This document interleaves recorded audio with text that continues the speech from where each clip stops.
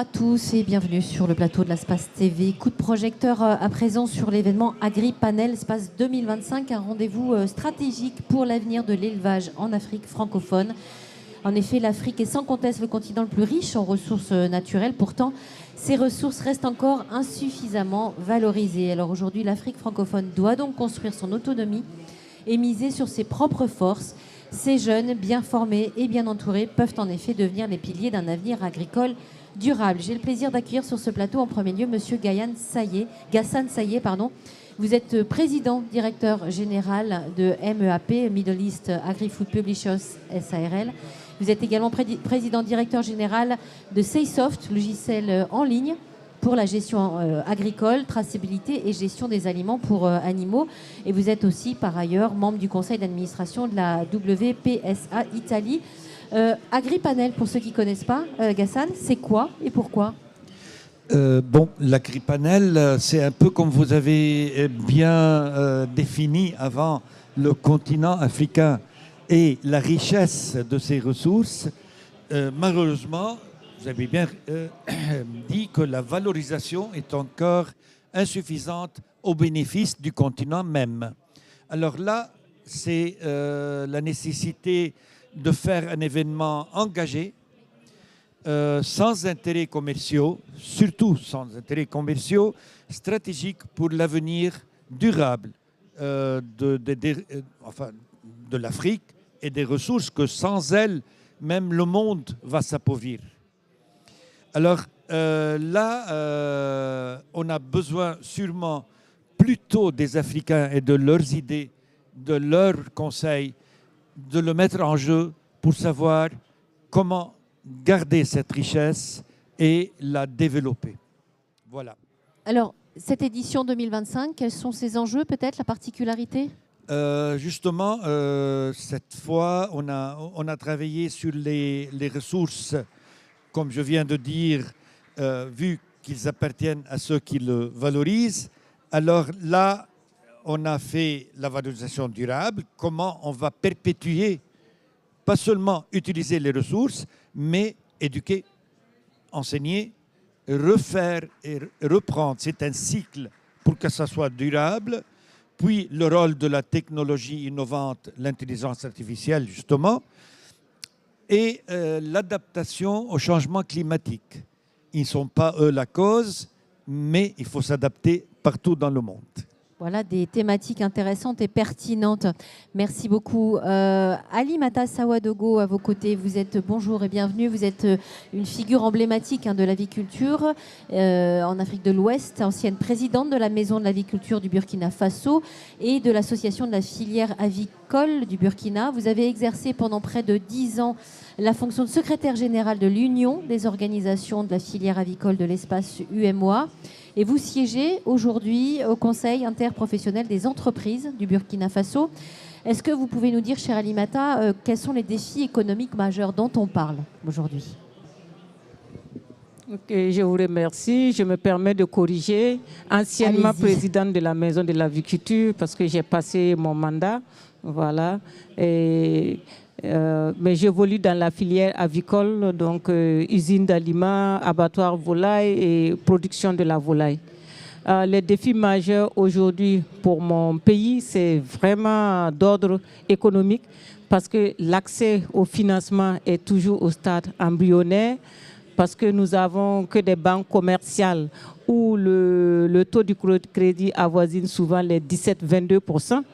Pour de l'aviculture, pour de l'élevage ou même pour de l'agriculture, ce n'est pas évident. L'autre défi, c'est le climat dont on vient parler, parce que quand on a des températures de 45 à 50 degrés, on est en perpétuelle recherche de solutions adéquates pour faire baisser cette température. Mais on ne se plaint pas trop parce qu'on se dit qu'une chaleur chaude et sec, c'est plus facile de lutter que chaud et humide. Que humide. Ouais. Il suffit de trouver les moyens qui vont avec, et le problème du financement maintenant s'impose. Mais nous travaillons de plus en plus à trouver des solutions adaptées parce que Voilà, on ne va pas être là avec des problèmes. On est toujours à la recherche perpétuelle pour pouvoir produire assez, parce que nous avons une population jeune, nous avons une classe moyenne qui est en perpétuelle augmentation, donc qui fait que le marché est là. En interne, on n'a pas besoin d'aller à l'extérieur. Chez moi, au Burkina, en interne, on a les ressorts, on a la capacité de nourrir notre population. Si on a tous les outils qui nous permettent d'avancer. Vous avez les ressources. Merci beaucoup. Hervé Pillot à vos côtés, bonjour et bienvenue. Vous êtes Bonjour. Ancien éleveur engagé à la FNSEA dans les chambres d'agriculture et à la ferme digitale. Vous avez consacré 40 ans de votre vie à moderniser l'agriculture. Vous êtes auteur notamment d'un ouvrage qui s'appelle Vers un monde sans fin, FAIM, je précise, qui a été édité en 2024. Et vous militez pour une agriculture durable et connectée, alliant innovation, entrepreneuriat et engagement collectif. La question que j'ai envie de vous poser, Hervé, c'est quels sont finalement les leviers qu'il faudrait actionner, selon vous, pour former les jeunes éleveurs africains à l'intelligence artificielle, à l'IA? Alors, l'intelligence artificielle, particulièrement sous sa forme qu'il a fait connaître, qui fait qu'on en parle beaucoup, qui est l'intelligence artificielle générative, celle qui fait ce qui n'est jamais arrivé jusqu'ici, que la machine peut remplacer l'homme dans un certain nombre de tâches, écrire à notre place ou faire un certain nombre de choses comme ça, fait que le meilleur moyen d'apprendre, c'est d'utiliser. Se lancer et utiliser, on fera des bêtises, mais le risque pris n'est pas important. Ça, c'est le premier élément. Y aller par le faire, c'est la première chose. La deuxième chose, c'est travailler, c'est particulièrement vrai en Afrique, sur les données locales. Les savoirs locaux, les savoirs de l'agriculture africaine ne sont pas les mêmes que les savoirs de l'agriculture bretonne, européenne, française ou nord-américaine. Donc, on ne peut pas travailler à partir de l'IA avec des bases de données qui ne viennent pas de l'endroit où on est. Et dans ces données-là, particulièrement les savoirs d'usage, ce qu'on appelle communément par ailleurs l'expérience. Tous ces éléments qu'on accumule et qui font que le propre de chacun de nous.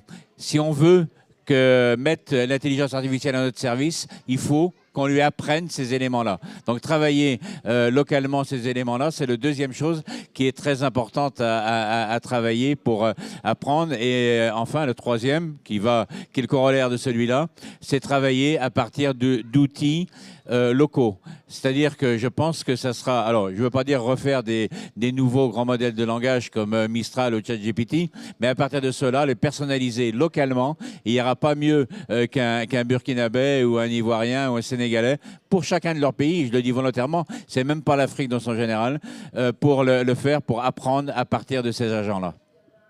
Merci pour ces précisions, Alimata et Hervé. Je vous libère et vous allez céder votre place. On va faire un petit changement de plateau rapidement pour accueillir nos invités sur le deuxième plateau. Saisissez-vous d'un micro. Pierre Cadeau, je voudrais démarrer avec vous. Bonjour et bienvenue. Vous êtes directeur général de la VEPA. La VEPA, c'est World Veterinary Education in Production Animal Health. Et j'ai envie de vous demander, Pierre, quelle est la valeur ajoutée finalement des programmes de formation de la VEPA, de cette école?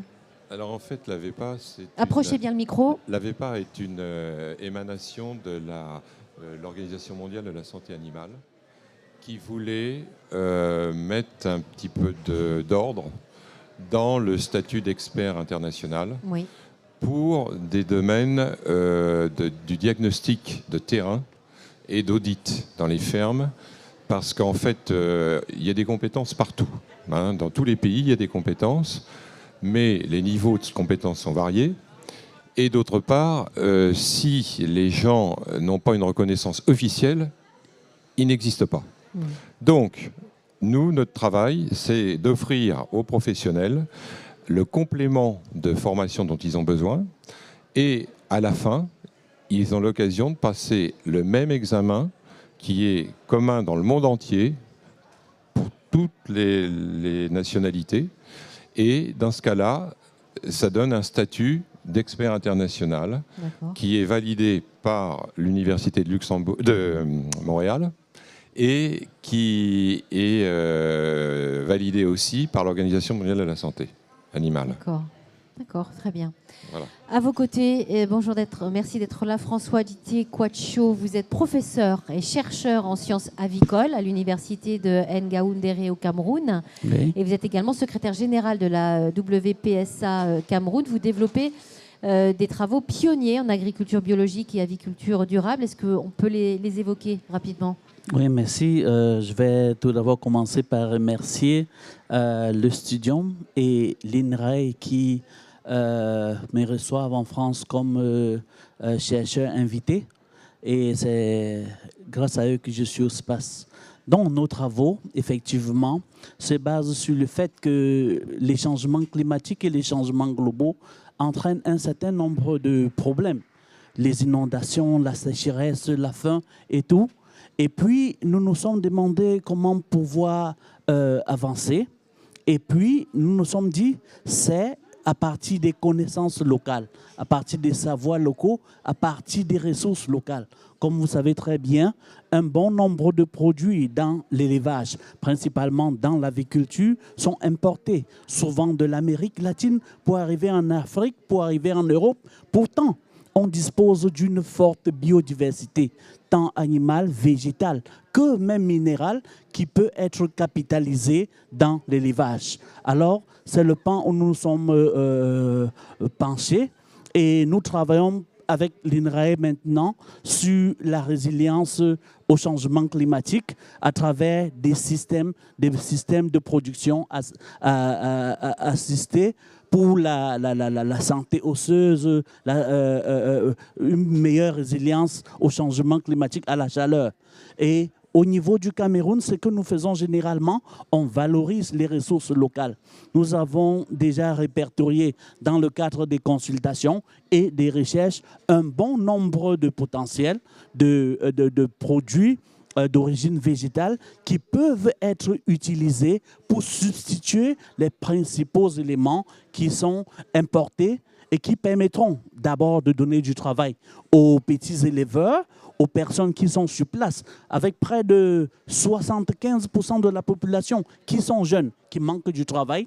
Trouver cela va leur permettre de pouvoir développer et d'un autre côté, pouvoir réduire l'impact des changements climatiques parce que produire localement, c'est éviter éviter de produire très loin, de transporter et tout, qui a un fort impact climatique dans un continent qui a jusqu'à 40% de potentialité en énergie renouvelable, mais qui perd jusqu'à 5% de son PIB du fait du changement climatique. Je vais prendre votre... Ah oui, on se demande pourquoi on n'y a pas pensé plus tôt. C'est du bon sens. Oui, effectivement, c'est du bon sens. Il y a en fait des initiatives locales qui sont généralement pas capitalisées, Oui. des initiatives locales qui ne sont pas généralement capitalisées et ce qui est généralement fait à travers l'agri-panel et tout, c'est l'appel à l'action, l'appel à travailler ensemble, à se mettre ensemble pour capitaliser également et effectivement les compétences qu'on a trouvées localement pour pouvoir développer une certaine résilience de l'élevage en général et de l'aviculture qui impacte des millions de foyers qui ont très peu accès aux revenus. Merci beaucoup. Je voudrais qu'on entende à présent Armel Pégan, qui vous êtes chercheur, expert en innovation génétique et vous êtes par ailleurs chargé de projet en sélection entomocole au CISAF, c'est le syndicat des sélectionneurs avicoles, aquacoles et entomocoles français. C'est bien ça. Vous travaillez sur l'intégration, des insectes dans les filières animales au service d'une production durable et innovante. Est-ce que vous pouvez développer ? Je vous remercie. D'abord, je tenais à remercier. Bien le micro. Allô. Voilà. Oui, d'abord, je tenais à remercier François pour son invitation ainsi qu'à Hassan pour ma présence ici au sein de cet agri-panel. Et donc, la production des insectes, en fait, c'est une filière jeune. Même en Europe, elle a 10 ans d'année maximum. Donc, en Afrique, c'est une filière encore inexistante quasiment puisque les recensements qui sont faits ne sont pas exhaustifs.